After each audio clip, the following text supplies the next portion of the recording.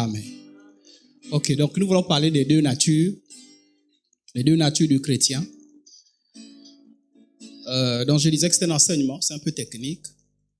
Donc nous devons essayer un peu de saisir. Donc on va essayer d'aller doucement. Peut-être parmi vous, quand on parle de nature, je ne sais pas si vous savez ce que ça veut dire. Déjà, qu'est-ce qu'on appelle par la nature? La nature est l'ensemble des caractéristiques ou des aptitudes ou encore des comportements, des attributs, des qualités, des défauts qui définissent, identifient ou distinguent une personne. C'est-à-dire ce qui fait réellement une personne. Non seulement une personne, mais une chose. On dit la nature de quelque chose. C'est-à-dire ce qui est intrinsèque, ce qui le définit profondément. Et c'est souvent inné. C'est des choses qui sont là. C'est-à-dire ce qui permet de le distinguer. C'est ce qui fait une chose ou une personne. La nature, comme je le disais tantôt, est innée et ne peut être changée. Alors, définir la nature, c'est répondre à la question, qui est réellement l'homme quand on parle de la nature de l'homme? Qui est réellement l'homme? Qu'est-ce qui le distingue? Qu'est-ce qui le définit? Qui est réellement l'homme? Qu'est-ce qui le distingue et qu'est-ce qui le définit? Ces questions amènent à voir l'homme au-delà des aspects physiques ou biologiques. C'est-à-dire lorsqu'on définit l'homme par rapport aux autres créations, on va peut-être parler par exemple de ses membres, de la tête, du tronc, etc., etc. Ou encore, en fait, donc sur le plan biologique. Mais nous voulons aller au-delà du plan physique et biologique. Nous voulons parler surtout sur le plan spirituel, parce que l'homme a plusieurs aspects. Alors, nous parlons de la première nature de l'homme, donc sa nature avant la chute. Parce que lorsqu'on veut étudier l'homme, il faut étudier l'homme en fonction de plusieurs périodes. Avant la chute, donc avant le péché d'Adam et Ève, donc aussitôt après la création. Comment était l'homme? Comment était la nature de l'homme? Vous êtes sans ignorer que la nature de l'homme a forcément changé. C'est pas la même nature avant et après la chute. Amen. Avant la chute, la nature de l'homme était parfaite. C'est-à-dire qu'elle était parfaite. Parce que Dieu l'avait créée ainsi. Et nous avons une expression qui revient souvent, c'est Dieu vit que ce qu'il avait été créé était très bon. Genèse chapitre 1, le verset 31. Dieu vit tout ce qu'il avait fait et voici cela était très bon. Ainsi il y eut un soir et il y eut un matin, ce fut le 6e jour. Alléluia. Voilà, donc lorsque Dieu crée, Dieu voit que c'était très bon. Donc la nature de l'homme était parfaite, elle était bonne. Voilà pourquoi il n'y avait pas de convoitise, il n'y avait pas de maladie. L'homme était parfait dans sa nature, spirituellement parlant, physiquement parlant, moralement parlant. D'ailleurs, en parlant de la tentation de l'homme, elle n'était pas une tentation intérieure, elle était une tentation extérieure. Alléluia. La dernière fois qu'on a parlé de la tentation, nous avons vu qu'il y a deux sortes de tentations. La tentation qui est extérieure, c'est-à-dire que tu es attiré par l'extérieur. Il y a une tentation qui est intérieure. On a dit que même si l'homme n'est pas tenté sur le plan extérieur, mais même sa nature nous pousse à pécher. Mais la nature de l'homme, avant la création, était très bonne. Et bien entendu, il y a eu l'épisode du péché. L'homme a péché et donc la nature de l'homme a été transformée, totalement transformée. Donc, le péché a touché la nature de l'homme. Et la nature de l'homme a été transformée, sachant que l'homme a été créé corps, âme et esprit. Et le péché a touché le corps, l'âme et l'esprit. Le péché a touché le corps, l'âme et l'esprit. Donc, c'est comme lorsque vous avez préparé un repas et qu'il tombe, je sais pas, une goutte de pétrole, votre repas est foncièrement ou de, je sais pas, quelque chose de sale, votre repas est souillé. Et on est obligé de le jeter. Parce qu'on craint les intoxications, on craint les empoisonnements, parce que quelque chose de pas bien est tombé dans ce repas. La même chose, le péché a touché la nature de l'homme, et la nature de l'homme a été profondément touchée, profondément atteinte. Alléluia. Voilà. Romains chapitre 5, verset 12 dit, c'est pourquoi, comme par un seul homme, le péché est entré dans le monde. Et le péché, la mort, et ainsi que la mort s'est étendue sur tous les hommes, parce que tous ont péché. La nature de l'homme a été touchée. Mais l'homme ayant une progéniture. Donc, cette nature-là, cette mauvaise nature, donc, est devenue mauvaise. Cette mauvaise nature-là est transmissible. Elle est héréditaire. Parce que c'est ce qui fait l'homme. Alléluia. Ce qui fait l'homme. Donc, ça veut dire que si les deux premiers hommes ont été touchés dans leur nature, ceux qui descendaient d'eux également étaient touchés. Voilà pourquoi nous parlons de la première nature après la chute. Normalement, on devait parler de la mauvaise nature, de la deuxième nature. Donc, l'homme de chute a une nature pécheresse. Il faut bien me suivre. Hein? Vous me suivez? Ah, c'est l'introduction. Hein? Parce qu'on va expliquer des choses un peu compliquées. Alors, l'homme de chute a une nature pécheresse. Et comme je disais, cette nature est malheureusement transmissible, héréditaire. Et c'est le verset que je vous ai lu tout à l'heure. Alors, je vous ai illustré ça comme par la nature, j'ai illustré un peu par l'habit. C'est pas bien illustré parce que l'habit, c'est quelque chose qu'on enlève. Or, la nature, c'est quelque chose qu'on ne peut pas enlever, justement. La nature, c'est l'opposé. C'est quelque chose qu'on ne peut pas enlever. C'est ce qui fait l'homme même. Alléluia. Et je vous ai quand même illustré ça. C'est une illustration. C'est-à-dire que l'homme qui a un habit qui est déchiré, un habit qui n'est plus présentable. On parle ici de la nature. Amen, amen. OK. Cette nature pécheresse-là est appelée dans la Bible par l'expression vieil homme. Vous avez entendu parler du vieil homme? Alléluia. La Bible parle toujours de votre vieil homme. Le vieil homme ici, c'est cette nature pécheresse. Amen. Cette nature aussi est appelée la chair. La chair. Quand on dit, ne marchez pas selon la chair. Autrement dit, ne marchez pas selon la nature pécheresse. C'est bon, on a compris? Cette nature est aussi également appelée, là, suivez très bien, est appelée aussi péché. C'est-à-dire que lorsque la Bible parle de péché au singulier, parfois c'est une transgression, mais parfois l'expression péché au singulier fait allusion à la nature. Faut bien comprendre, hein? Parce que la manière dont on résout le péché, ce n'est pas la même manière dont on résout les péchés. En fait, le problème de l'homme avec Dieu, ce n'est même pas d'abord les péchés, c'est d'abord le péché. C'est d'abord la nature. Parce que lorsque, souvent on dit, vous pouvez mettre un morceau de bois dans de l'eau, ce morceau de bois ne deviendra jamais caïman. Parce que foncièrement, ce morceau de bois est un arbre. C'est un bois, comme pour ne pas me répéter. Donc il ne deviendra jamais caïman. C'est impossible. De la même manière, je disais que le problème de l'homme avec Dieu, c'est sa nature. Sa nature est mauvaise, foncièrement mauvaise. Cette nature est très mauvaise et elle est appelée péché au singulier. C'est bon? Et je vous illustre ça. Alors, d'abord, parlons de cette nature. Je continue, j'insiste souvent sur l'expression toujours la nature.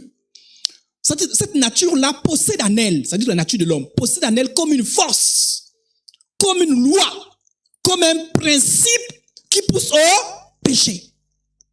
Alléluia. C'est-à-dire que cette nature de l'homme, maintenant, cette nature-là, vous la situez où? Cette nature-là, elle est située dans l'être tout entier. Elle contient en elle, c'est-à-dire comme une loi qui pousse au péché. Cette nature ne peut ne pas pécher. Voilà. Elle ne peut s'empêcher de pécher. Et là, j'ai illustré par un arbre. Regardez cet arbre. C'est-à-dire, la nature de l'homme est comme le tronc qui est là. Est-ce qu'on voit le tronc? Voilà. Et les péchés sont les fruits de cette nature. Autrement dit, l'homme est pécheur pas parce qu'il a volé. L'homme est pécheur pas parce qu'il a menti. L'homme est pécheur pas parce qu'il a eu de mauvaises pensées. L'homme est pécheur parce qu'il a une mauvaise nature. C'est-à-dire qu'il est pécheur par nature. Voilà pourquoi un manguier produit naturellement des manguiers. Vous savez l'expression naturellement. On n'a pas besoin de faire quoi que ce soit. C'est un manguier. D'ailleurs, lorsqu'on verra les mangues, on dira que c'est un manguier. Si on vous dit c'est un manguier, vous attendez pendant un temps, il ne produit pas de manguiers, vous allez douter. Vous êtes sûr que c'est vraiment un manguier parce qu'un manguier produit les mangues. Alléluia. La nature de l'homme étant mauvaise, pécheresse, et est appelée au singulier, c'est-à-dire que le tronc devient péché. C'est le tronc qu'on appelle péché. Au singulier. Maintenant, les fruits, ce qu'on appelle les péchés. Voilà pourquoi on n'enseigne pas un enfant à pécher.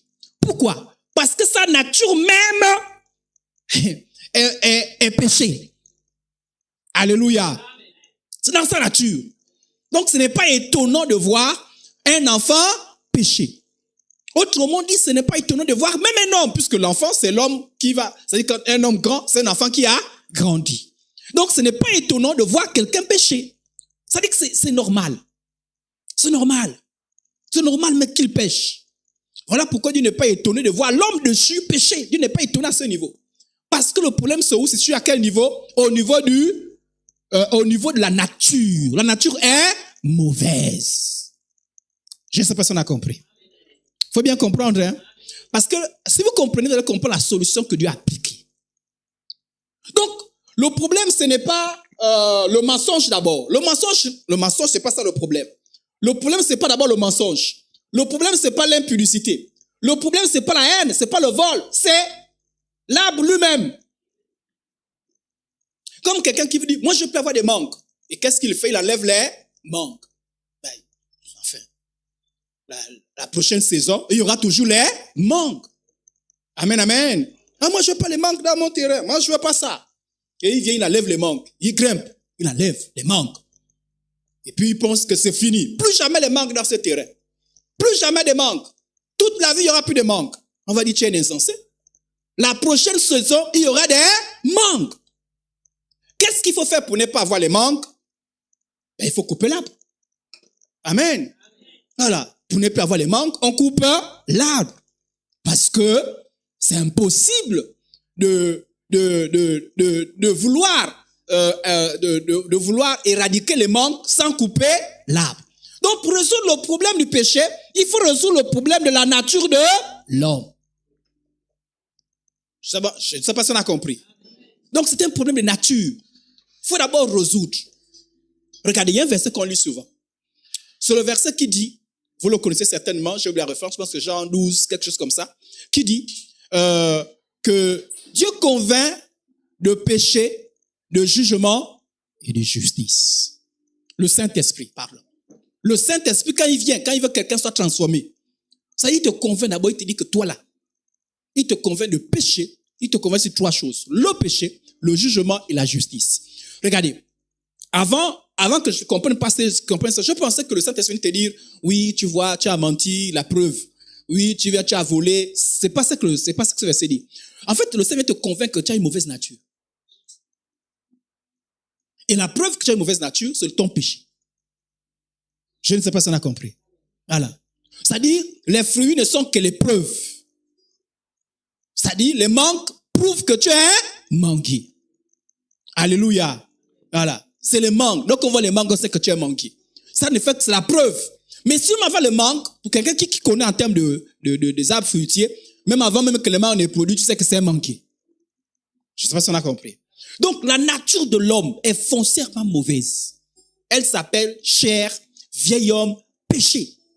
Et quand le Saint-Esprit vient, il te convainc d'abord sur ta nature. Il dit que ta nature, elle est mauvaise. Tu as beau dire oui, mais j'ai menti, pardon, Saint-Esprit dit oui.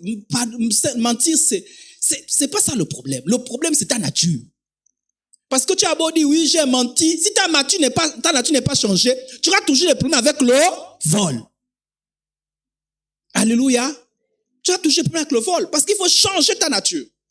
Il faut catégoriquement la changer. Et la Bible dit dans Actes chapitre 5, les œuvres de la chair sont manifestes. Ce sont l'impudicité, l'impureté, la dissolution, l'idolâtrie, la magie, les inimitiés, les querelles, les jalousies, les animosités, les disputes, les divisions, les sectes, l'envie, l'ivrognerie, les excès de table et les choses semblables. Il y en a beaucoup. Ça dit que les hommes, forcément, ils vont commettre ça. Qui que tu sois. Même si on te fait la morale.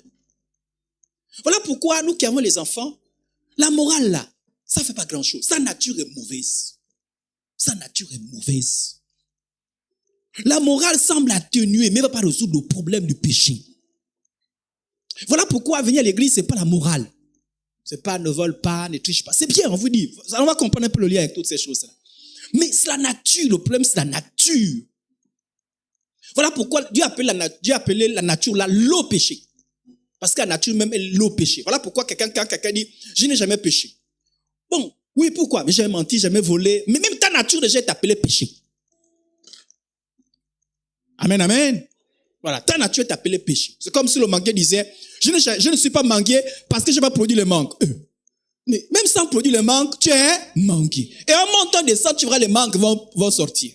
Voilà, les mangues vont sortir. Il y en a certains manguiers qui ont 10 mangues, d'autres 100, mais il y aura les mangues qui vont sortir. Amen, amen. Donc la nature de l'homme est mauvaise. C'est de cette nature-là que vient tout ce qui est mauvais. Tout ce que l'on peut faire vient de sa nature. Voilà, il n'a même pas besoin d'apprendre. Ça vient de sa nature. C'est naturellement, l'homme, il a envie de tuer. Il est jaloux. Il est méchant. Il a envie de mentir, de manipuler.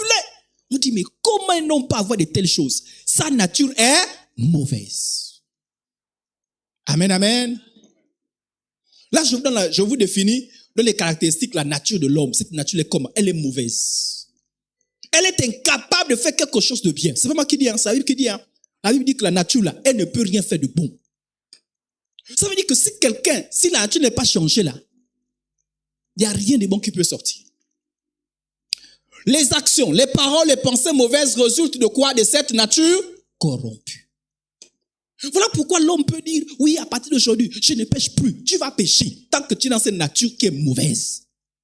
Tu ne peux pas t'en passer parce que ta nature est mauvaise. Voilà pourquoi il faut bien comprendre l'évangile. Hein. Parce que j'en pense que quand on vient à l'église, on dit, fais un effort, ne vole plus, attraper les enfants à cause de l'électricité. Hein. Alors, ne vole plus, ne ment plus, non. La nature de l'homme là, la nature qui est pécheresse là, elle est attachée aux choses de la terre.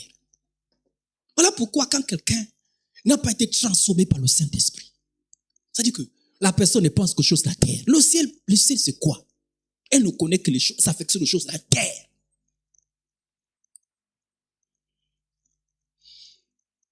La nature pécheresse là, elle a des envies exclusivement tournées vers le moi au détriment de Dieu. On va lire un texte. Car l'affection de la chair est inimitié contre Dieu. C'est-à-dire que la nature là, qu'on appelle la chair là, ou encore, on a dit encore comment? On a dit la chair, quoi encore?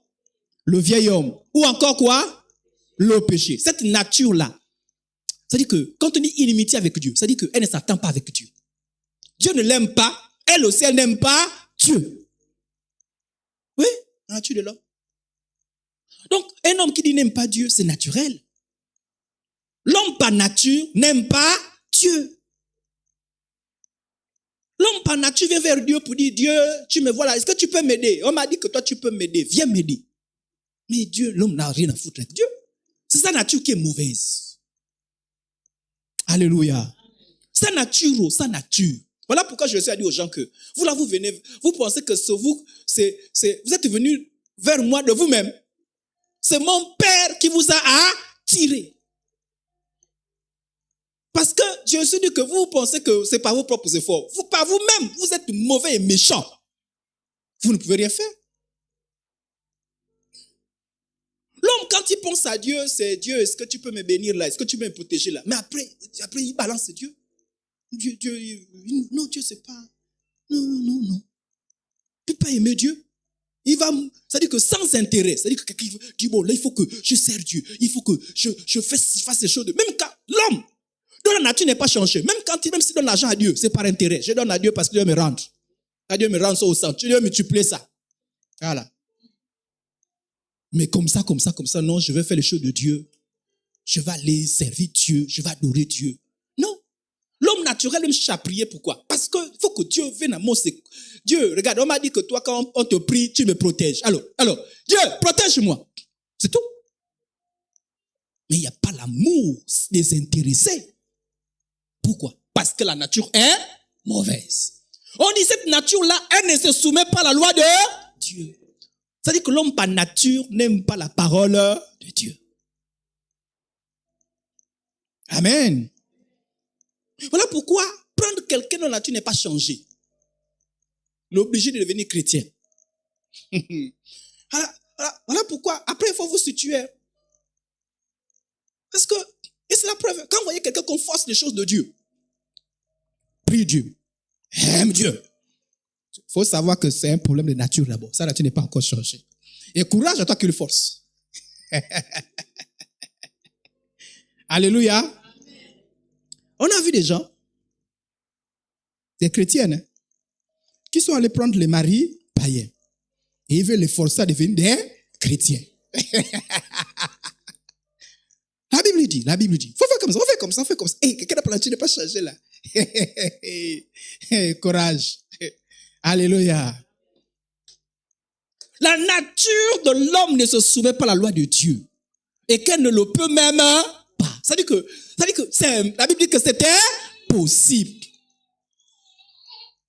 C'est impossible que la nature de l'homme, qu'on appelle la chair, le vieil homme, le péché se soumette à Dieu. C'est impossible. Donc, la vie chrétienne, c'est pas dire à quelqu'un, viens à l'église. Et comme tu viens à l'église, donc viens à l'église. Et quand la personne est à l'église, comme tu es à l'église, ne ment plus, ne vole plus, ne triche plus. Toi, tu comprends pas là. L'évangile ne dit pas ça. Hein? Parce que quelqu'un de la nature n'est pas changé, tu ne voles plus, ne mens plus. Même s'il ne ment plus, ça dit que tu l'as amené dimanche. Non, tu dis non, je ne mens plus, ne vole plus, ne bois plus. Mais dimanche, tu n'as plus boire. Il ne fume plus, non. Tu as dit non, ouais, tu as dit non, ouais. Mais 4 heures de patate, tu vas les voir. Tu vas les soirs de sushi.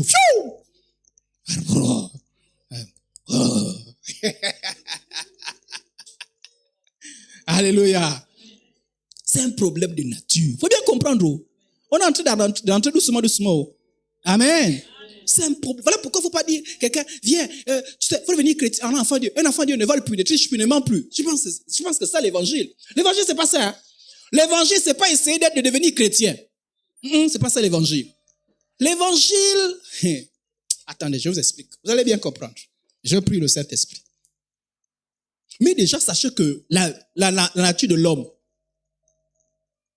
elle ne peut pas se soumettre à Dieu. Donc, les païens ne font pas exprès. Vous me comprenez? Les païens ne font pas exprès. Ils font naturellement ce que leur nature leur pousse à faire. Mais en quoi l'évangile est une solution? Romains chapitre 7, verset 18, verset 24. Ce qui est bon, et cette nature-là maintient l'homme dans la servitude. Cette mauvaise nature maintient l'homme dans la servitude. Dans la servitude. Romains chapitre 7, le verset 18 au verset 24. Ce qui est bon, je le sais, n'habite pas dans la nature humaine là. Il n'y a rien de bon. Maintenant, je vous explique un peu.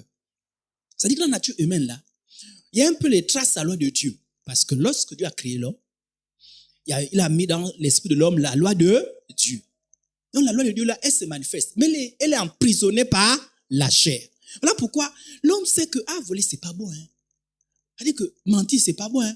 Mais malgré le fait qu'il le sache, il va quand même mentir. Le matin, j'ai lu l'histoire de Caïn. Caïn, il était jaloux de son frère Abel. Que Dieu nous délivre la jalousie au nom de Jésus. Amen. Et dans sa jalousie, il a tué Abel. Il a tué Abel, non? Et quand Dieu vient le voir, Dieu dit, bon, tu es puni. Tu vas être errant. Et on marque sur toi. On met des signes pour montrer que tu es meurtrier. Vous savez ce que dit Caïn? Caïn dit, que Dieu, aide-moi. Parce que si les gens me voient comme ça, ils vont me tuer. Quelqu'un qui a tué, il a peur qu'on le tue. Voyez, non? Il vient de tuer quelqu'un. Mais il plaide pour qu'on le tue pas. Voyez un peu les hommes? Il sait que c'est mauvais. Mais malgré le fait qu'il sache que c'est mauvais, il ne peut s'empêcher de le faire. Pourquoi? C'est un problème de ça, la nature de l'homme. La nature pécheresse, mauvaise. Amen, amen. Et cette nature, on appelle ça comment? La chair, le vieil homme, et même encore le péché. Donc, le mot péché va faire référence à la chair. Alors, Romains 7, 18, 24. Ce qui est bon, je le sais, n'habite pas en moi. C'est-à-dire dans ma chair. J'ai la volonté, mais non le pouvoir. La preuve, qu'est-ce qui donne la volonté là? La loi que Dieu a mis dans l'esprit de l'homme. Je vous ai dit ça, non? Tout homme aime la loi de Dieu, hein? Voilà pourquoi tout homme peut savoir que mentir, c'est pas bon. Voilà. Maintenant, ça prend, on nous lave le cerveau. Non, ça c'est bon quand même, car ça peut te sauver. Mais sinon, il sait quand même au son de lui que c'est pas bon.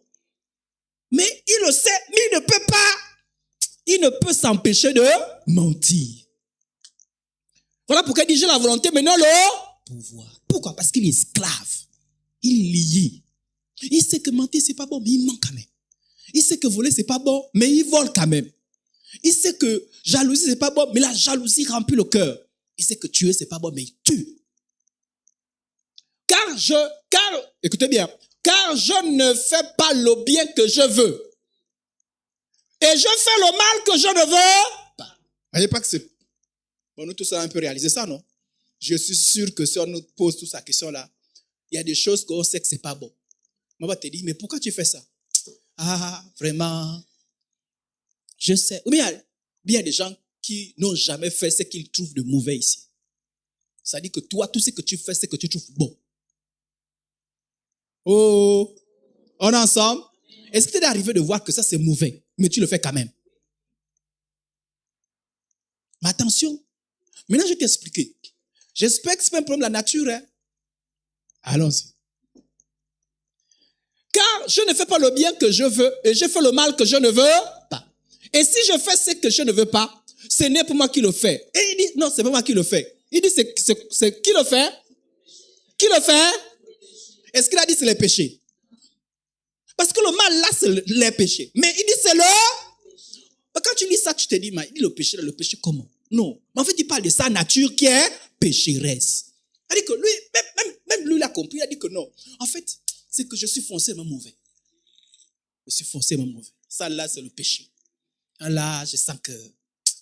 Voilà pourquoi, quand on se convertit, les gens qui comprennent bien l'évangile, ça dit qu'ils pleurent devant Dieu pour dire change ma nature là. Parce que ma nature est mauvaise. Quand on voit les gens qui se convertissent là, ils les sauvent. Non, j'ai accepté Jésus. Accepter Jésus. Dans l'accepter Jésus, il y a la mort. Voilà pourquoi on parle de... On va arriver de mourir en Christ et de mourir en Christ et de revivre en Christ. Et pourquoi on parle de mourir en Christ? Je vais vous expliquer. Parce que, sincèrement, s'il n'y a pas quelque chose qui se passe dans ton esprit, tu ne peux pas sortir de cette nature. Elle te tient prisonnier. C'est-à-dire que tu veux faire ce qui est bien. Déjà, demandez même les gens qui ne viennent pas à l'église là. Vous les demandez, ils vont te dire, j'ai envie de... Parfois, ils ont même essayé. Ils vont te dire, non, mais j'ai fréquenté l'église avant. J'ai fréquenté, j'ai même chanté, j'étais là. Là, tu me vois là, j'ai envie de servir Dieu. J'ai envie d'être un bon chrétien. J'ai envie d'être une bonne chrétienne. J'ai envie. Mais pourquoi tu ne deviens pas comme ça? Ah, tu sais, la vie là, il y a un problème. Le problème, c'est la nature. On appelle encore comment? Il dit,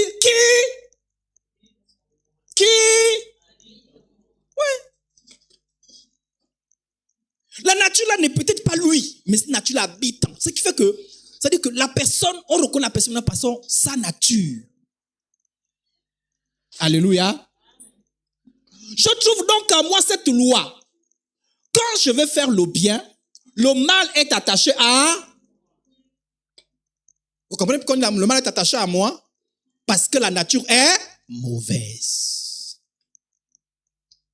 Car je prends plaisir à la loi de Dieu, selon l'homme est... Vous savez pourquoi il prend plaisir, non? Pourquoi? Parce qu'il y a la loi de Dieu dans son... Mais je vois dans mes membres. Bon, lui, il a du mal à se tuer, surtout là. Même comme nous, quand on dit la chair, là où? Parce que les gens parfois qui disent, attention, hein, le corps, c'est pas la chair. Hein? Parce que quand on dit la chair, faut crucifier la chair. Les gens, ils pensent que c'est le corps. La chair, c'est pas le corps.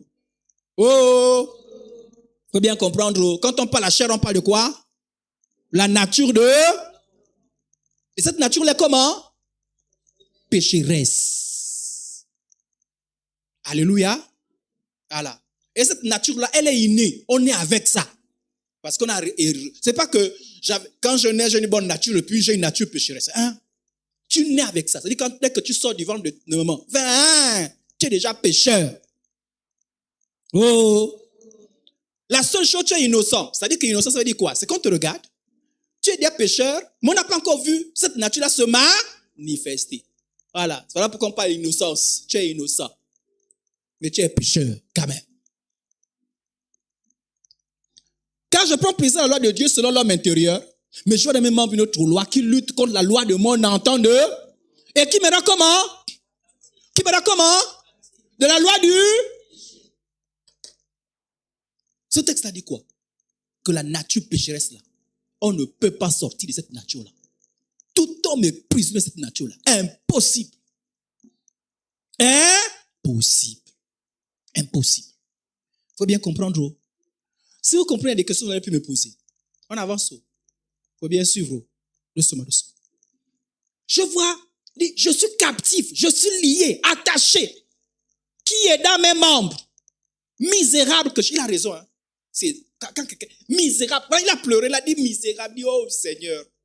Toi, tu m'amènes la loi. Tu me dis que non, je ne vole plus. Je ne mens pas. Mais regarde, je fais comment? Je ne peux pas. Alléluia. Voilà pourquoi quand il y avait les conversions, hein, les vraies conversions, les gens sont à genoux devant Dieu pour dire, Seigneur, mon cœur est mauvais. Il est méchant. J'ai tout essayé. J'ai pris les décisions. J'ai dit que je ne ferai pas ça. Mais malgré tout ce que je prends comme décision, je suis rattrapé par ma nature. Oh! Parce que si au moins on n'avait pas cette nature-là, les choses devaient être un peu différentes. Je rappelle que Adam et Ève n'avaient pas cette nature-là au début. Alléluia. Voilà pourquoi eux, ils avaient la possibilité de choisir ou pas. Voilà pourquoi nous qui jugeons toujours Adam et Ève là, nous là, la même tentation, on va tomber. Parce que eux, ils sont tombés sur cette nature-là. Nous, avec la nature, on devait faire comment? Il m'a dit, qui me délivrera du corps de cette mort? Alors, la morale ne peut pas te délivrer de cette nature-là. Amen. J'ai illustré cette nature-là par un habit. C'est-à-dire, cette nature-là, c'est comme un habit qui est sale, que vous pouvez mettre tous les produits. Ça n'enlève pas. La morale ne peut pas délivrer la nature qu'on appelle la chair encore, le vieil homme. La morale ne peut rien faire. Alléluia. Vous avez vu les habits qui sont bien tachés? Tu peux laver, tu peux brosser. L'habit peut même se déchirer. Mais les choses ne changent pas. La religion ne peut rien changer. Priez un peu. Il faut prier un peu dans la vie. Prier un peu ne change pas la nature. Oh! Fais un peu les offrandes de l'église. Ça ne change pas la nature. Jeûne un peu. Dieu. Tu peux jeûner. Ça ne va pas changer ta nature. C'est pas le jeûne. Oh! Oh! Quand vous prêchez l'évangile, là, dites pas à quelqu'un, mais toi aussi, change un peu de vie. Comment? Prie un peu. Prends un peu un jour de jeûne. On t'a dit que ça va changer la nature de quelqu'un. Le jeûne a changé la nature de quelqu'un. Eh bien, la nature de quelqu'un. On a dit dans la Bible que, vous avez vu, la Bible a dit que quand tu changes, faut jeûner. On ne peut pas confondre, hein. Le jeûne a sa place, mais pas pour changer la nature de quelqu'un. Le jeûne, c'est pas pour changer la nature. La prière ne change pas là, hein. Cali. Faut venir à l'église. C'est bien. Venir à l'église ne change pas la nature. Amen, amen. Cette nature-là ne peut pas être changée par la morale, ni la religion, ni la loi humaine. Article 1. La drogue est interdite dans le territoire gabonais. Il y aura toujours les drogués. C'est pas ça. Il y aura toujours les drogués, non? Plus on prend les lois sur la drogue, la peine de 10 ans, il y aura toujours les drogués. On double la peine, 20 ans, il y aura toujours les drogués. Même en prison, il y a les drogués. Parce que ça ne change pas la nature. On dit, mais quelqu'un, on t'a mis en prison, c'est la drogue. Tu sors, tu te mets encore à te droguer. Parfois, d'autres te disent, ça fait 4 fois que je prends en prison. Tu dis, mais il ne comprend pas comment. Sa nature est foncièrement mauvaise. Oh! C'est même pas la peur qui change les gens. Oui, tu vas en enfer. Ça ne change pas les gens. C'est juste pour t'interpeller. Que tu as une mauvaise nature. Mais c'est pas ça qui change les gens. Et le plus grave, maintenant, il faut bien écouter maintenant. Le plus grave, il faut bien écouter. Je vous dis, c'est l'enseignement. Il faut bien suivre. Amen, amen. Ok. le plus grave dans ça, c'est que Dieu ne pardonne pas cette nature. Dieu peut pardonner le mensonge, Dieu peut pardonner le vol, mais la nature là, il ne pardonne pas. Oh, cette nature n'entrera jamais au ciel. Ça veut dire que si tu n'as pas... Donc, l'homme ne peut trouver, voilà pourquoi je vous ai mis ça, un homme qui pleure. Parce qu'il n'y a pas de solution au niveau des hommes. La morale, la religion, les lois humaines, ça ne change pas la nature de l'homme. Et Dieu, quelle est la solution de Dieu? Il n'y a que Dieu qui a une solution. La solution de Dieu, c'est quoi? C'est de condamner, de tuer cette nature. Dieu tue cette nature. Voilà pourquoi on parle de mourir en Christ. Oh! Maintenant, on va bien vous expliquer ça. Dieu, la solution de Dieu, c'est qu'on tue la nature là. Dieu tue cette nature. L'unique solution de juger, de connaître cette nature. Et la remplacer par la nouvelle nature. Et pour lui souhaiter qu'il faut tuer cette nature-là, Jésus, on l'a tué comment? En fait, la mort de Christ, c'est le modèle que Dieu a donné. Parce que Christ est mort à notre place. Voilà pourquoi on parle de mourir en Christ et ressusciter en Christ. Mais pour que tu meures en Christ, il faut que tu prennes conscience que tu es foncièrement mauvais. Et que tu désires, tu soupires après Dieu pour dire je suis mauvais, méchant. Le mensonge c'est moi, le vol c'est moi, l'impudicité c'est moi, Dieu. Et je sais que je suis en danger. Parce que je mets dans cette nature-là, je vais en enfer. Malgré les prières, les jeûnes, j'ai besoin que tu me changes là, cette nature. Voilà pourquoi, je n'ai pas le temps de vous expliquer ça. Voilà pourquoi l'évangile, quand le Saint-Esprit vient, le Saint-Esprit vient te convaincre quoi? Voilà pourquoi on a dit, le Saint-Esprit convainc de péché, de chemin et de justice. De jugement pourquoi? Pour te dire que toi, ta nature humaine là, elle est condamnée. Tu es destiné à mourir, fini. À cause de la justice de Dieu. Et quelqu'un va dire, mais pourquoi? Mais à cause de ta nature. Et quand tu comprends ça, tu vas auprès de Dieu. Quelle est la solution? Dieu dit, il faut que tu meurs en toi-même. Pas de mots. Voilà pourquoi je dis que tu ne peux pas. L'évangile, voilà pour quelqu'un qui a compris l'évangile, ne peut pas. Ça veut dire qu'on te dit, tu meurs en toi-même.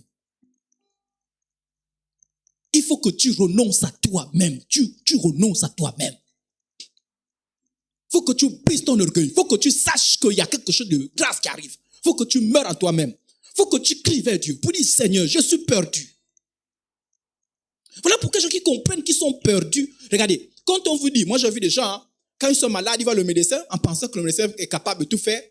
On dit que non, ta maladie, tu vas mourir dans une semaine. Mais monsieur le médecin, faites tout. Millions, je vous donne. Quand tu sais que tu es en danger, tu cries. Tu dis, viens, j'ai besoin de toi. J'ai besoin de toi. Quand les gens sont encore trop fiers dans leur péché, non, moi je ne vole pas, je triche pas, moi je pêche un peu. Parce que, voilà pourquoi je n'ai pas le temps de vous expliquer ça. J'ai le temps de vous expliquer ça. Parce que j'ai envie de vous expliquer autre chose. Sinon, je prendrai beaucoup de séances. Mais c'est quand tu comprends. Voilà pourquoi le Saint-Esprit te convainc que ta nature est mauvaise. Et quand tu as compris, tu pleures. Tu réalises que tu es mal barré. Permets-moi de parler comme des jeunes. C'est-à-dire que tu es perdu. Tu es égaré. Et ton secours, c'est Dieu. Voilà pourquoi on parle de la foi en Jésus. C'est-à-dire que la possibilité, c'est en Jésus. Et quand tu viens en Jésus par la foi, et que tu veux vraiment changer, c'est là il se produit un miracle dans ton esprit. Il y a la chair là, c'est-à-dire que Dieu prend la chair là, c'est produit dans ton esprit. Ça c'est produit dans ton esprit. La chair, ta nature là, elle est crucifiée. Et une nouvelle nature t'est donnée. Mais ça là, c'est quand tu es auprès de Dieu que tu dis Dieu, j'ai regardé moi-même. Je sais que moi-même je suis perdu. Je suis égaré. Je suis coincé dans mon péché. J'ai besoin que j'ai essayé de faire des efforts, mais j'arrive pas. J'ai besoin que tu me transformes. J'ai besoin que tu me changes complètement. Quand tu cries sérieusement vers Dieu, parce que je te connais perdu, et que parce qu'on dit, convainc non seulement de péché, mais de jugement, et que tu vas l'en faire devant tes yeux, tu cries vers Dieu.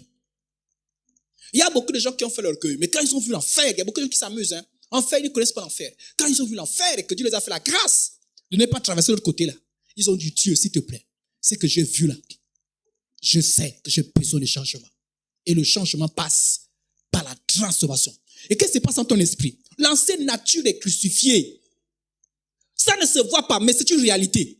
Mais cette réalité se produit dans ton esprit là comment? C'est pas en jeûnant, c'est pas en priant. C'est quand tu es seul dans ta vie. C'est quand tu es sincère et que tu comprends que là tu es en danger. Tu cries vers Dieu pour dire, moi, je sais que mon cœur est mauvais. Mon cœur est méchant. Transforme-moi. Mais ça là, quelqu'un qui fait l'église juste pour dire, bénis-moi, protège-moi. Est-ce que le temps même? Parce que tu n'as pas conscience. Parce que le problème pose que, c'est-à-dire qu'il y a des gens qui vivent, ils n'ont pas conscience que ils sont en danger par leur propre nature. Tous les hommes sont en danger. Parce qu'ils ont une nature. La nature pécheresse, ça n'entrera jamais dans le royaume de Dieu. Tant qu'il n'y a pas la transformation, tu n'entres pas, la chair n'entrera jamais dans le royaume de Dieu. Je ne sais pas si on a compris. Amen, amen. Ça veut dire que si vous n'êtes pas transformé, on appelle ça, voilà pourquoi on appelle ça nouvelle naissance. La nouvelle naissance, c'est une nouvelle nature. C'est une nouvelle nature là qui va t'amener dans le ciel. Et ça n'a pas eu lieu dans ton esprit. Tu n'entreras jamais.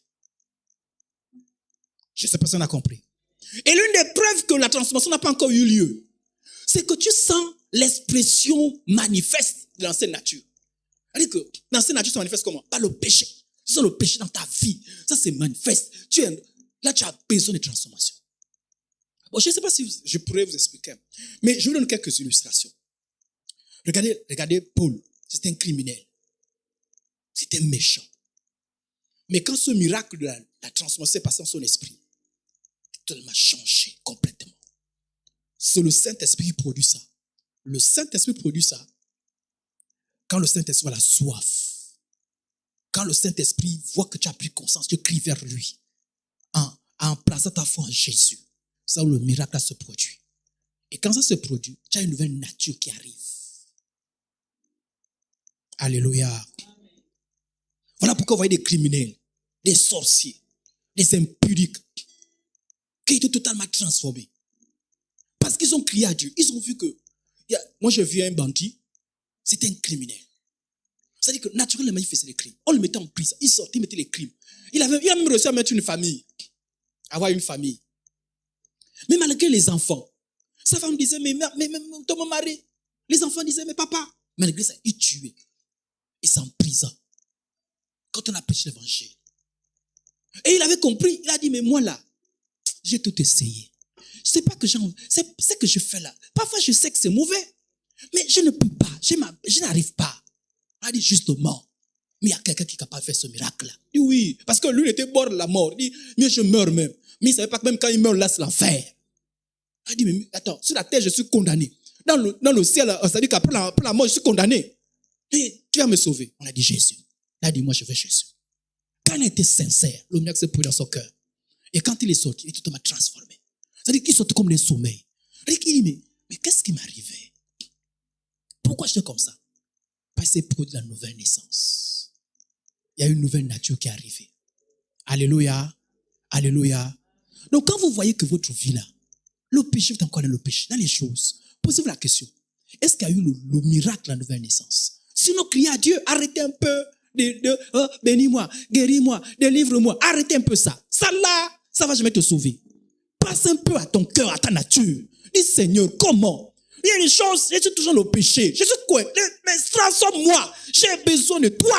Je te supplie, change-moi. Sinon, c'est l'enfer. Alléluia. Parce que tu as besoin que quelque chose se passe. Parce que tu constates que si cette chose ne se passe pas, naturellement, tu es encore dans le péché. Mais quand tu es encore content de ton péché, parce que les gens qui assument la nature, hein, ils assument. Hein? Ah oui, ils assument. Oh non, je suis un pécheur. Non, c'est un peu de voler. C'est un peu de mentir. Quand tu assumes là, c'est bien.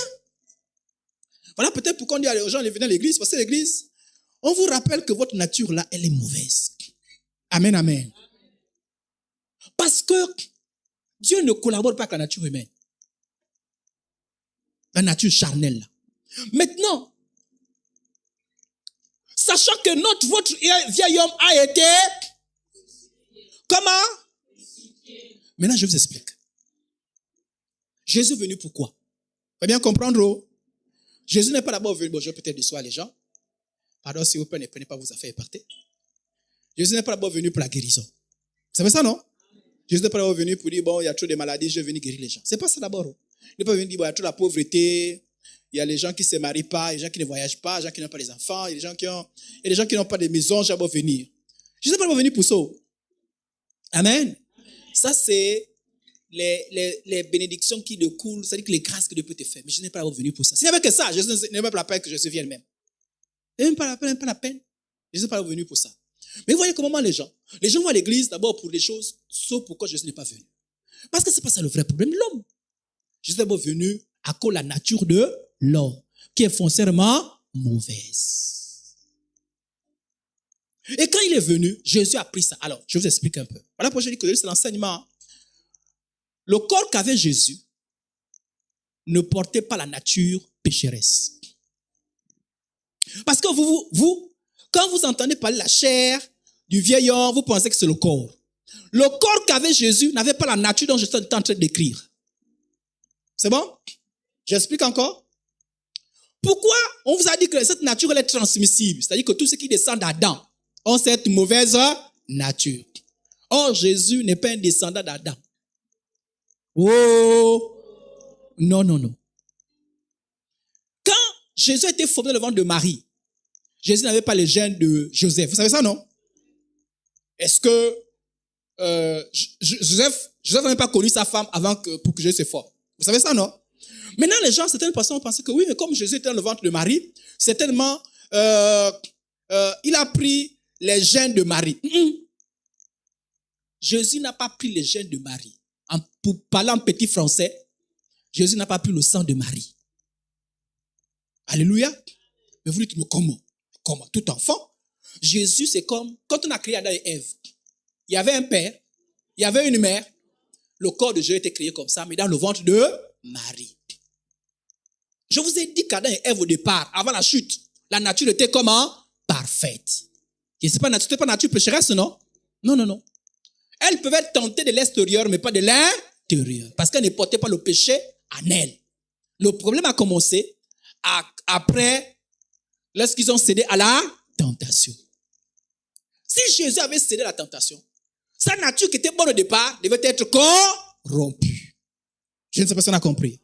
Voilà. Donc, le corps que portait Jésus n'avait pas la chair à l'intérieur. Quand on parle de la chair de Jésus, alors, je vous explique encore. L'expression chair a plusieurs définitions. L'expression chair parfois fait allusion au corps. C'est-à-dire quand on dit la chair, comme on dit la chair, non, on est fait de chair, non? Voilà, on dit la chair, ça fait allusion au corps. Mais quand la Bible fait allusion à la nature pécheresse, on utilise aussi l'expression chair. Donc quand on parle de chair en rapport avec Jésus, on parle rien que du corps.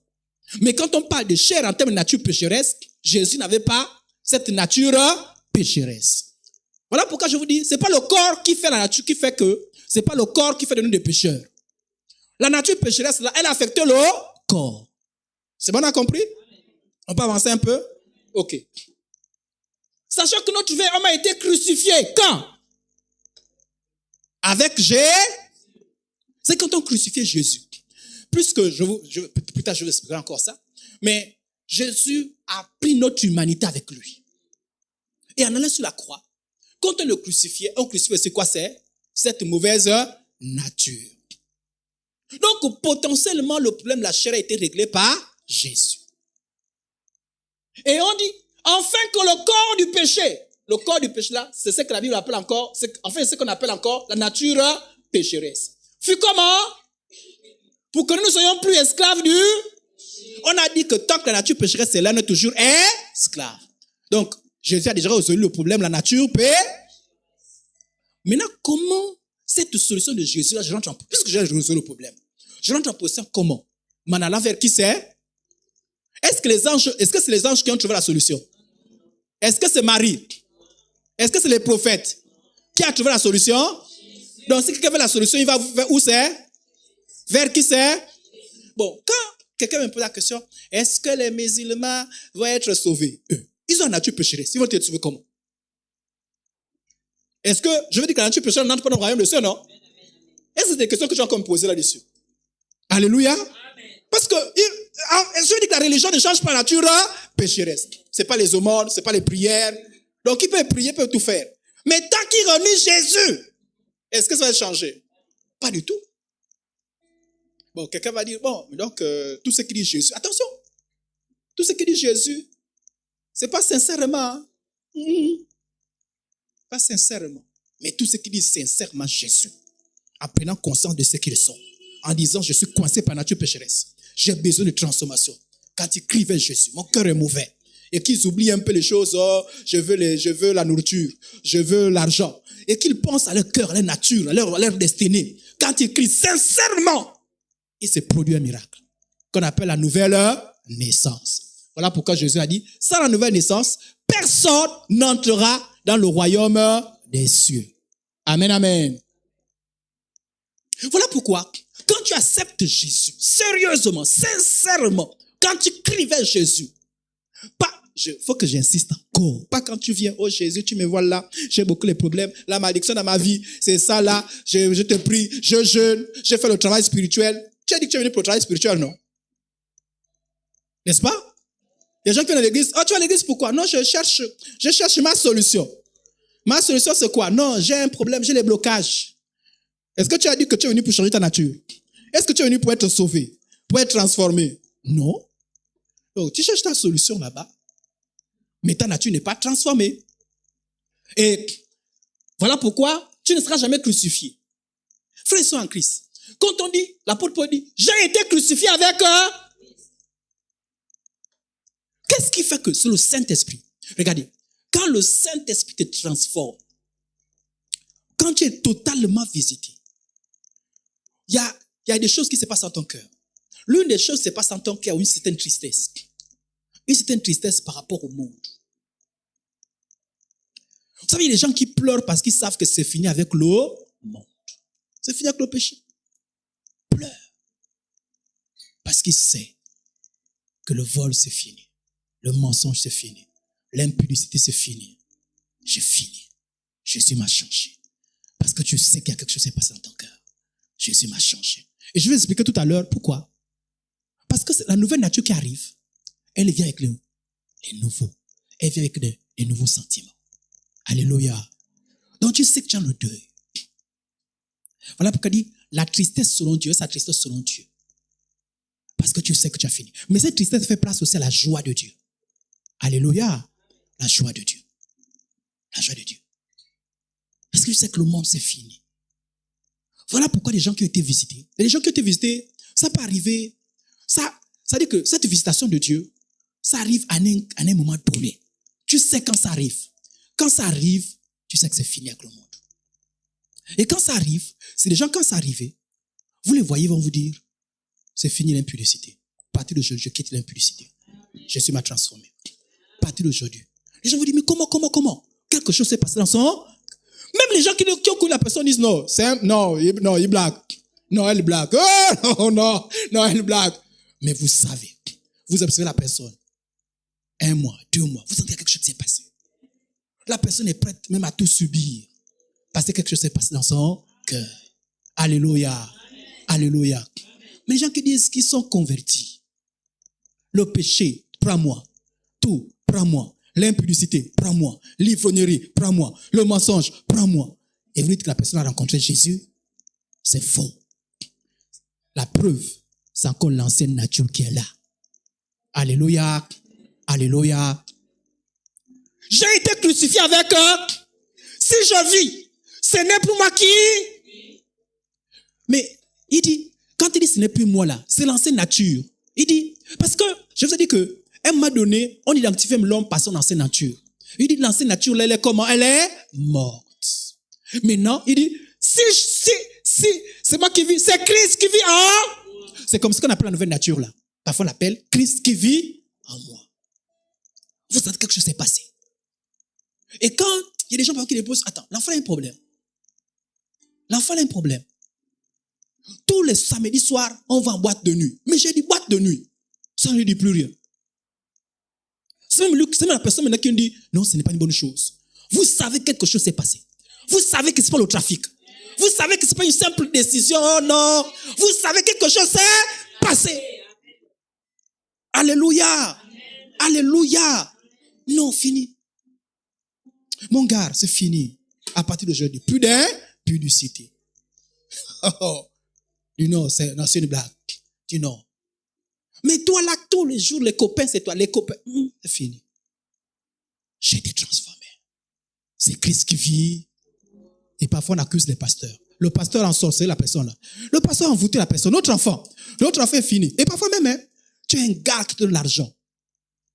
300 000 francs par mois. Toute la famille. Quand 300 000 francs qui rentrent, tonton, 20 000. Maman, 50 000. Papa, 60 000. Tu es là. Et tu viens leur dire que non, tu arrêtes avec eux. Quoi? Non. Moi, fornication, c'est fini. Quelqu'un ne m'épouse pas. Plus de fornication. On fait réunion. Accordez ça. D'abord, les crèmes qu'on t'a, les crèmes là. Ne touche plus nos crèmes. C'est pas grave. Je prends l'huile de palme.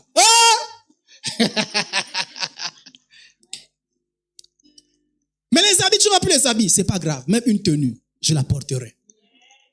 Mais tout ce que tu avais, ce n'est pas grave. On voit quelqu'un maintenant qui souffre. Vous avez suivi le témoignage de cette dame-là, comment elle s'appelle encore? Celle qui dansait, qui avait les locks jusqu'ici. Rosie. C'était une star, non? Elle avait l'argent, non? Elle avait beaucoup d'opportunités, non? Mais elle a accepté d'aller faire les ongles des gens. Quelqu'un qui avait l'argent, une star. Tout le monde voulait être Rosie. On voit seulement Rosie, qui est habillée façon, qui fait le vernis.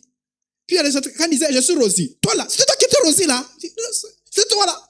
Oui, c'est moi. Pourquoi? Parce que même s'il faut descendre si bas, tu descendras. C'est parce que quelque chose s'est passé dans ton cœur. Pas les fausses conversions. C'est-à-dire que vous sentez que quelque chose s'est passé. Alléluia. Quelque chose s'est passé. Vous imaginez, vous avez mangué le matin, vous voyez le matin, maintenant c'est les oranges. Vous allez appeler le pasteur. Pasteur, viens! Prie, il y a un démon qui est venu. Depuis quand le manqué de produire les oranges? Totalement transformé. Les feuilles sont devenues des oranges. Même quand vous expliquez ça, on dit non, c'est faux, vous mentez. Depuis quand? C'est le miracle qui se produit. Une nouvelle nature vient. Alléluia. Tous les vrais chrétiens ont une nouvelle nature. La Bible appelle ça de plusieurs manières. La Bible a du mal à parler de ça. J'ai oublié quelques textes de la Bible nomme ça. Mais ici, là, l'apôtre Paul dit, c'est Christ qui vit en moi. Christ qui vit sans toi. C'est pas les gens qui viennent. Tu ne vois pas pourquoi. Dans l'église, on nous a interdit. Mais on fait quoi? On t'amène à France, il n'y a pas l'église, non? Et c'est l'église ici. Le pasteur n'est pas là, non? Bois. Tu vas encore boire, non? Mais Christ en toi, c'est Christ en toi parle. Même en France, Christ est en. Alléluia. On parle l'exemple, on parle le témoignage d'une jeune fille qui vient de se convertir. Et son ancien car voulait à tout prix sortir avec elle.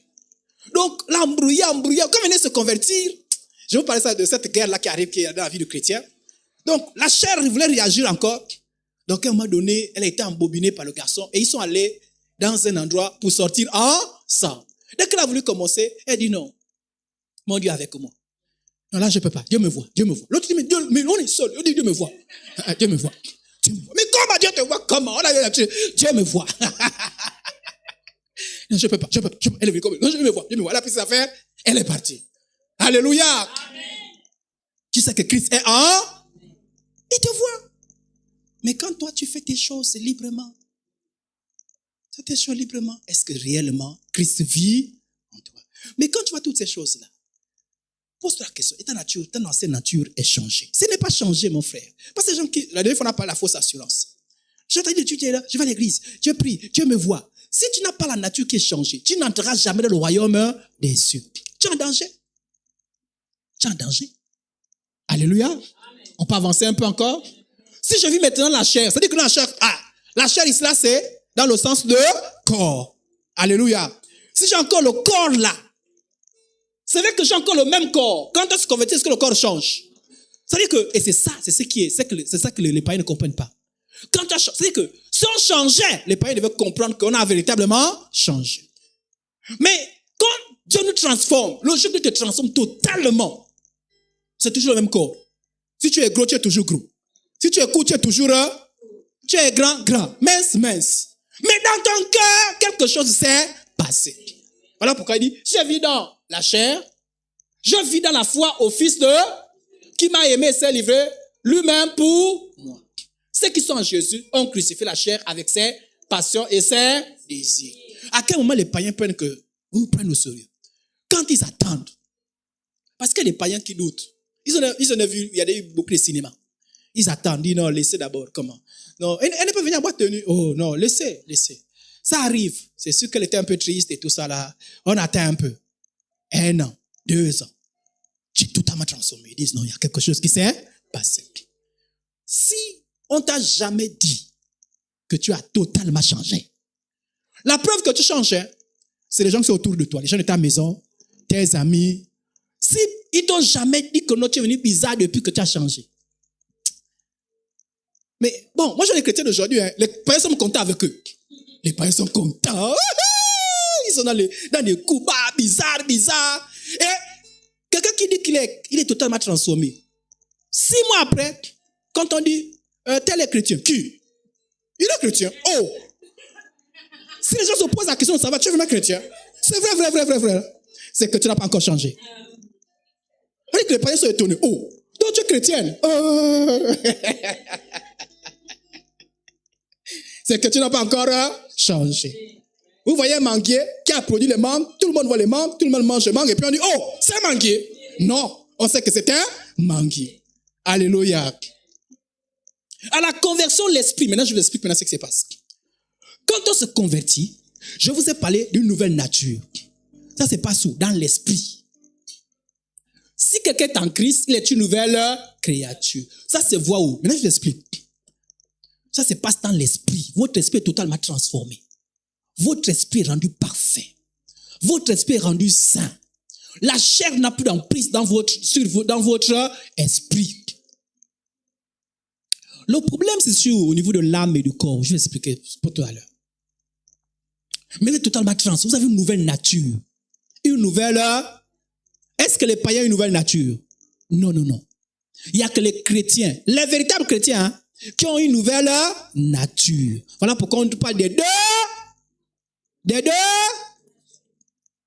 Donc, il y a des choses qui se passent dans ton esprit. Tu reçois une nouvelle nature ou c'est dans ton... Et dans ton esprit, Dieu te voit comme saint. Dieu te voit juste. Dieu te voit parfait. Dans ton esprit. Le jour réellement que tu cries vers Jésus. Les choses anciennes sont passées, toutes choses sont devenues nouvelles. 2 Pierre chapitre 1, verset 4. Retenez bien le verset là. Lequel nous assure de sa part les plus grandes, les plus précieuses promesses. Afin que par elles, vous deveniez participants de quoi? De quoi c'est?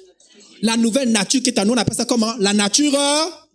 Pourquoi la nature divine? C'est pour dire qu'elle vient de Dieu. La nouvelle nature, elle vient d'où? La première nature est venue de qui? D'Adam. Alléluia. Et seuls les chrétiens ont la nature divine. Maintenant, que fait cette nature? Cette nouvelle nature-là, elle est sainte, pure et ne pêche pas. Elle approuve, aime Dieu et sa parole. Contrairement à l'ancienne nature. Voilà pourquoi, quand le croyant s'est converti, quand tu te convertis, ça dit que tu as tu as envie d'aller à l'église. Tu as envie de prier. Tu as envie de la parole de Dieu.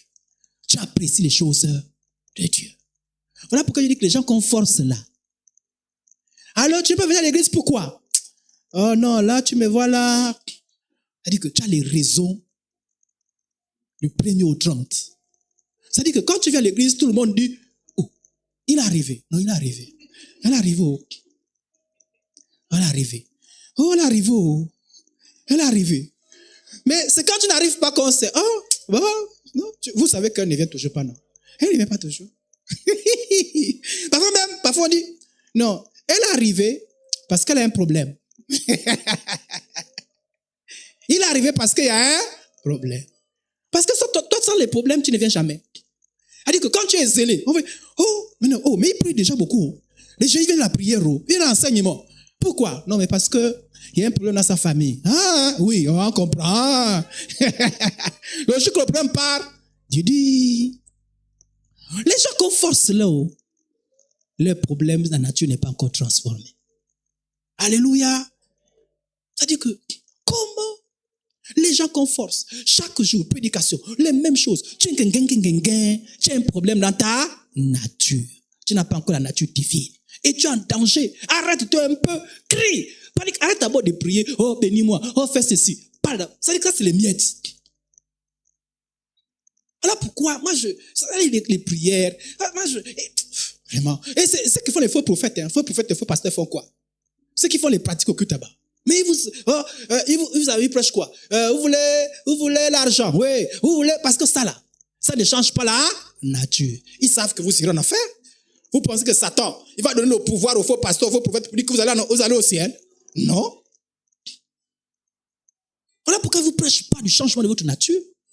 Ils ne vous parlent pas de ça. Alléluia. Cette nouvelle nature-là, je vous parle un peu de la nouvelle nature, elle vient de Dieu. Elle est sainte, pure, elle ne pêche pas. Elle aime les choses. Voilà pourquoi on voit les gens. Bon, moi quand je fais les témoignages qui sont convertis, ils avaient envie d'aller à l'église. Ils voulaient la Bible. Ils voulaient découvrir les choses de Dieu. Ils voulaient expérimenter les choses avec Dieu. Ils voulaient vraiment, ils posaient des questions. Est-ce que, ils voulaient apprendre des choses. Mais les conversions d'aujourd'hui, les conversions d'aujourd'hui, les gens froident les choses de Dieu. Quelle nature avez-vous reçue? Quelle nature avez-vous reçue? Maintenant, on peut se poser la question. Si l'on croit une nouvelle nature, que devient l'ancienne nature? C'est la question qu'on peut se poser, non? J'ai reçu une nouvelle nature. L'ancienne nature, elle est devenue où? Mais qu'est-ce qui se passe avec l'ancienne nature? Si l'on croit une nouvelle nature, pourquoi est-il encore tenté? N'est-ce pas? Puisqu'on dit que le péché là, c'était dû à l'ancienne nature. Mais si j'ai une nouvelle nature, pourquoi est-ce qu'on a encore les tentations? C'est bon?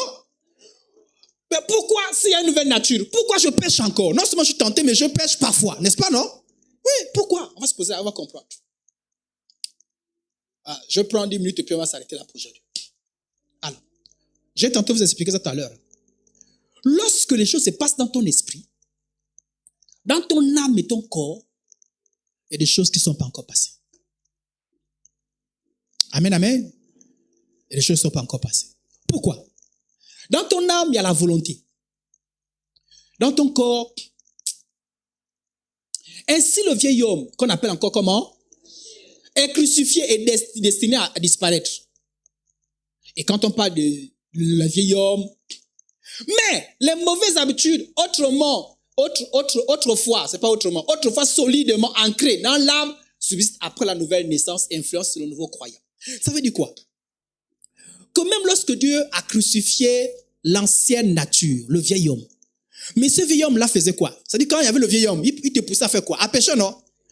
En fait, le vieil homme-là, c'est comme, bon, pour les informaticiens, il faut essayer de comprendre. C'est comme un disque.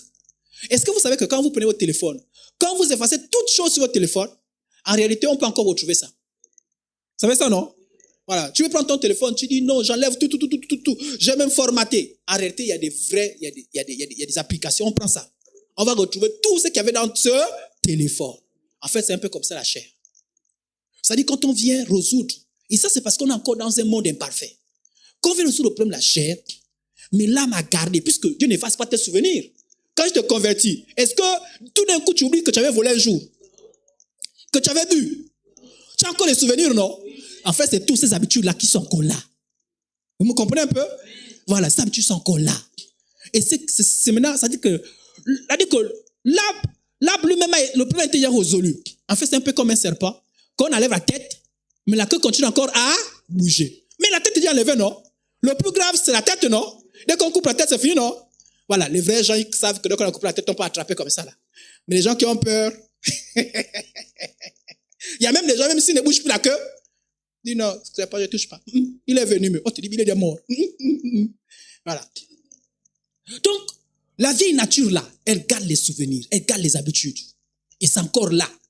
C'est encore présent. Malgré le fait qu'il y a une nouvelle nature. Ainsi, le chrétien de nouveau voit des nouvelles pensées que tu n'avais pas. Des nouveaux désirs. De nouvelles aspirations. Mais, de notre côté, tu as l'impression qu'il y a encore l'ancienne nature là qui essaie encore de t'embêter un tout petit peu, n'est-ce pas? Voilà. Ça t'embête encore un peu. Pourtant, tu étais totalement transformé. Mais parfois encore l'envie de faire les mêmes choses là. Pourquoi? Parce que c'est là. Ça attire encore un tout petit peu. Voilà pourquoi on parle des deux natures. Mais c'est plus comme le païen. Hein? Le païen il est esclave. Toi, tu n'es plus esclave. Alléluia. Amen. Voilà pourquoi tu peux facilement surmonter la masturbation. Tu peux vaincre la masturbation.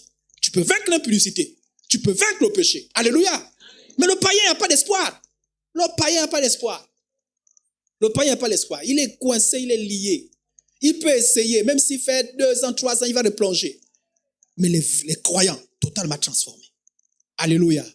Donc, l'ancienne nature là, sont pleins de résolus. Mais la mémoire de tout ce qu'on a fait encore présente. Mais c'est présent aussi longtemps qu'on est encore sur la terre. Parce que je veux dire que cette nature ne va jamais hériter.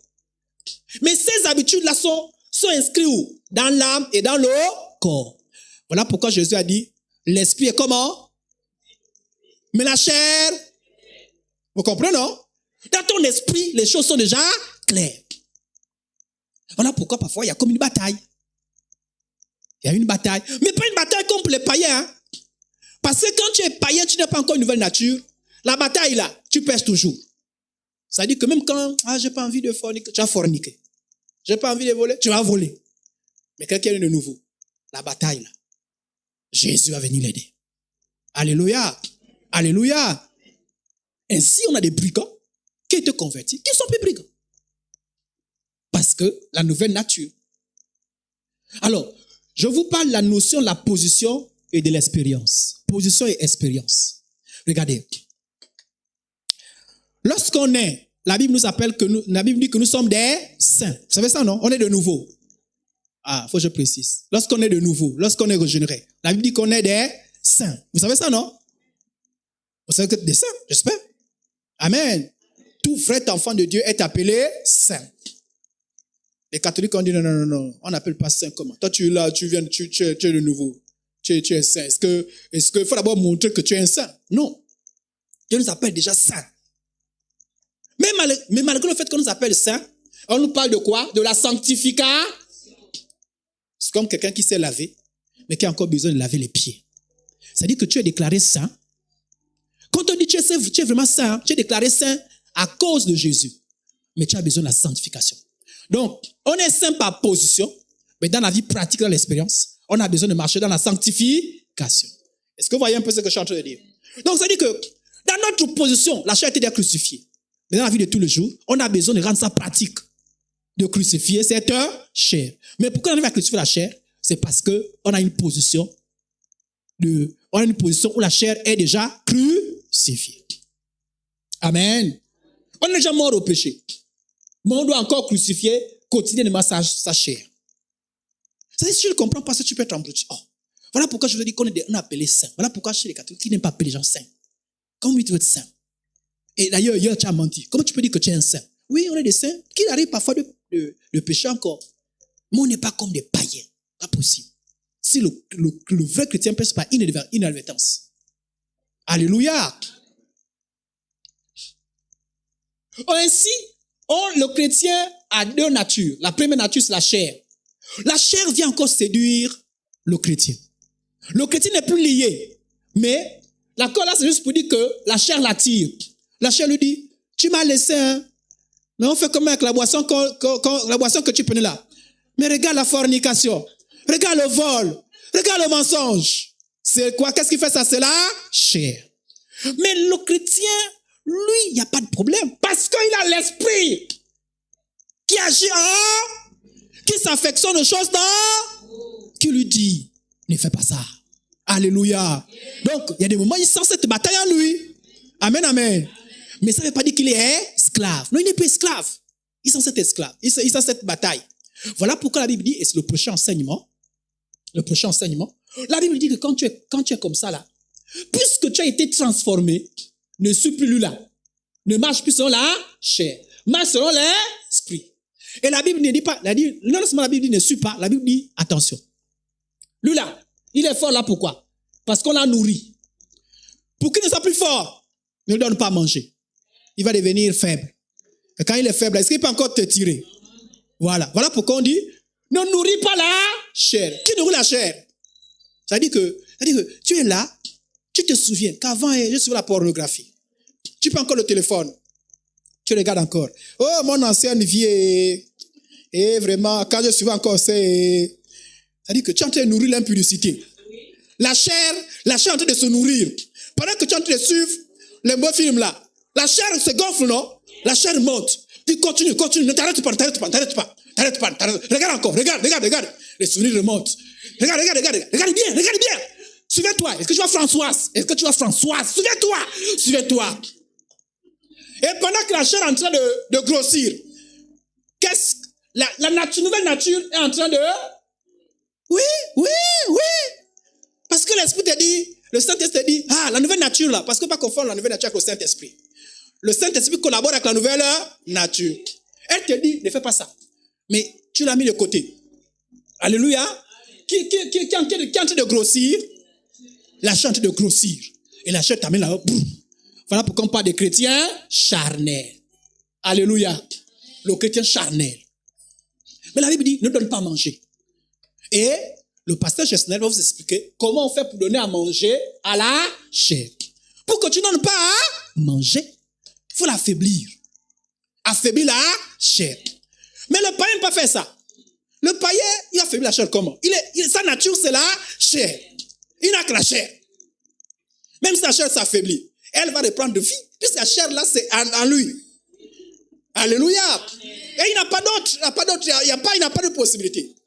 Mais on dit, maintenant il faut nourrir la nouvelle.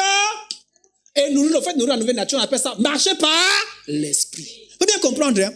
La prochaine fois qu'on va dire marcher par l'esprit, il faut savoir qu'on est en train de te dire nourrir la nouvelle nature. Tu nous sais comment? Par la prière, par la méditation. Et quand la nouvelle nature est forte là, quand la chair va venir, calme-toi. Vous comprenez un peu? Mais pourquoi Dieu nous demande de faire ça? Parce qu'on est libre. Même si on a même une nouvelle nature, on est toujours libre. Donc la Bible nous dit, attention, la chair est encore à côté. Elle guette. Pour qu'elle ne t'embête plus, il faut l'appauvrir. Alléluia. Il faut l'appauvrir. Ne lui donne pas à manger. Parce que la chair, tu n'as à manger, tu vas voir que ça va encore venir. Elle va encore venir. Elle risque t'embêter. Par contre, donne à manger à la nouvelle nature. En t'affectionnant aux choses dans la louange, dans la prière, dans la communion fraternelle. Et tu deviens de plus en plus fort. Voilà pourquoi lorsqu'on se convertit, au départ, tu es un peu faible. Et pourtant, tu t'es vraiment converti. Hein? Amen. Et que parfois, tu es vraiment transformé. Mais parfois, tu es là, tu mens encore un peu. Tu te dis, mais comme moi aussi. Et que, avant, tu mentais, tu étais content. Non, j'ai menti. Non, j'étais bien. Mais quand tu as une nouvelle nature, dès que tu mens, la nouvelle nature te dit, toi aussi, tu sens la tristesse. Hein? Quand tu es vraiment transformé, tu n'es plus à l'aise dans le péché. Voilà pourquoi on voit les gens qui sont à l'aise dans le péché. Tu es dans la boîte de nuit, tu es content. Tu es dans la fornication, tu es content. Tu es dans le truc, tu es content. Tu n'es pas encore transformé. Quand tu es transformé, quand tu arrives le péché, tu es triste. Voyez, non? La nouvelle nature dit, mais toi, tu as fait quoi? Toi aussi. Oh, c'est comment? Voilà, c'est comment? Voilà. Parce que ce n'est plus toi. Parce que tu as une nouvelle nature. En fait, le vrai toi, c'est la nouvelle nature là. La chair, c'est simplement parce que tu es encore dans cette terre-là. Alléluia. Tu es que dans le corps qui est un peu affecté. Amen. Et le tout, c'est, tu ne nourris plus ça. Tu nourris ici. Ne marchez pas par la chair, marchez pas. Ne marchez pas par la chair, il faut marcher par. Marcher par la chair, c'est quoi? C'est nourrir. C'est-à-dire que nourrir la chair, c'est même si tu n'as pas encore péché. Voilà pourquoi les gens qui ne prennent pas au sérieux la vie chrétienne là, c'est-à-dire tu dis que tu es chrétien, mais tu ne nourris pas la nouvelle nature. Tu n'as pas d'enseignement. Tu ne pries pas. Tu n'as pas de communion fraternelle. On ne te voit pas servir Dieu. La chair va prendre le dessus. Et puis, au moment où on va te regarder, peut-être que tu es réellement transformé. On va te confondre avec ceux qui n'est pas transformé. Même toi, tu seras confondu. Et moi, tu te poses la question, est-ce que j'ai la nouvelle nature ou pas? Je suis converti ou pas? Parce que tu es dans la confusion. Nourrissez l'esprit. On va s'arrêter là pour aujourd'hui. Amen. On va rendre grâce au Seigneur.